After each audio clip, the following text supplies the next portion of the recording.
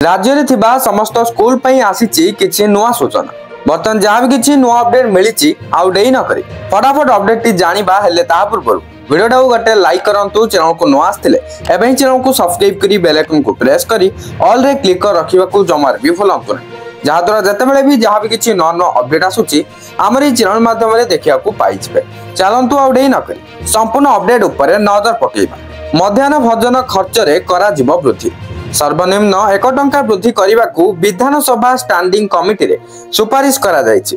चलित आर्थिक वर्षरु एहाकु लागू करा जाई पारे जेउ स्कूल रे पिलांक पई मध्याह्न भोजन प्रस्तुत करिवार व्यवस्था थिबो सेठारे एहाकु लागू करा जिवो। बाजार रे दरदाम वृद्धि को लक्ष्य करी कमिटी मध्याह्न भोजन खर्च वृद्धि करने सुपारिश करिछि। मध्याह्न भोजन योजना रे प्रथम रु पंचम श्रेणी पिलांक पई मुंड पिछा हिसाब रे 100 ग्राम चाउल 5 टंका 90 पैसा एवं षष्ठ रु अष्टम श्रेणी पिलांक पई मुंड पिछा 150 ग्राम चाउल और 8 टंका 82 पैसा आर्थिक सहायता सरकार देउछंती। दिनकु दिन दरदाम वृद्धि पाउथुबा बेले एतिकी टंका रे मध्याह्न भोजन जगाइबा स्कूल कर्तृपक्षक पक्षे असंभव। एतिकी टंका रे पिलांक मुहरे पुष्टिकर आहार देबा एबे काठिकर पाठ हेउछि बोली बारंबार अभियोग करुतुले स्कूल कर्तृपक्ष। तेबे बाजार दरदाम को दृष्टि रखी विधानसभा स्टैंडिंग कमिटी विद्यालय और गणशिक्षा विभाग समीक्षा करी अर्थराशि वृद्धि करने को राज्य सरकार को सुपारिश करिसेंती। स्टेट प्रोजेक्ट मैनेजमेंट यूनिट बा एसपीएमयू मध्याह्न भोजन पाई करितिबा चार्ट अनुसार प्राथमिक स्कूल रो जने पिलार डाली खर्च बाबद को 5 टंका 50 पैसा धार्य करिसेंती। एथिरे 25 ग्राम डाली पाई 2 टंका 50 पैसा 5 ग्राम तेल पाई 80 पैसा और 60 ग्राम रो परिबा और मसला पाई 1 टंका 70 पैसा एवं जालेनी खर्च पाई 50 पैसा धार्य करिसेंती।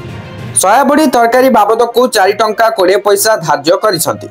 एथिरे 12 ग्राम सोयाबड़ी बाबद को 1 टंका 20 पैसा 5 ग्राम तेल पाई 80 पैसा 60 ग्राम परिबा पाई 1 टंका 70 पैसा और जालेनी बाबद को 50 पैसा हिसाब करिसेंती। सही परि अंडा तरकारी पाई 8 टंका धार्य करिसेंती। अंडा गोटा 5 टंका तेल परिबा जालेनी पाई 3 टंका रखिसेंती। सूचना अनुसार 2020 रे सरकार मध्याह्न भोजन पाई प्राथमिक स्कूल पिला पिछा 5 टंका 42 पैसा और उच्च प्राथमिक पिला मुंड पिछा 8 टंका 10 पैसा अर्थराशि प्रदान करुथिले। मात्र गैस राशन सामग्री दर वृद्धि पर शेष थर 2022 अक्टोबर 1 रे एमडीएम अनुदान राशि वृद्धि करथिले जेउतरे प्राथमिक स्कूल पिलांक मुंड पिछा 5 टंका 90 पैसा और उच्च प्राथमिक पिलांक मुंड पिछा 8 टंका 82 पैसा देउछंती। एबे जदि 1 टंका लेखाए मध्याह्न भोजन राशि रे वृद्धि करा जाय तेबे प्राथमिक स्कूल पिलांक पई 6 टंका 90 पैसा एवं उच्च प्राथमिक स्कूल पिलांक पई मध्याह्न भोजन राशि 9 टंका 82 पैसा प्रदान करि पारंती सरकार। जहाँ भी किछि नुवा सूचना रहितिला मु आपन को जणाई साली वीडियो टी को शेयर करी समस्तक पाखरे एई अपडेट टी को पहुंचाई दियंतु।